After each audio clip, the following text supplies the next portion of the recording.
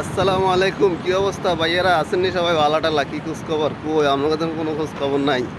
কে কোন আছেন কি আরেন? বাংলাদেশে যে পরিমাণ গরম পড়ে, গরমের কারণে কি আপনারা ঠান্ডা হয়ে গেছেন নি? আরে গরমে কি নরম হয়ে গেছেন নি? কি খবর, খোঁজ খবর কই? কে কোনো লাড়া ছাড়া দেয় না। যাক, কি অবস্থার জানায়েন। সৌদি আরব যাক, আজকে ওয়েদারটা খুব ভালো, মেঘলা মেঘলা করে, গরম কম।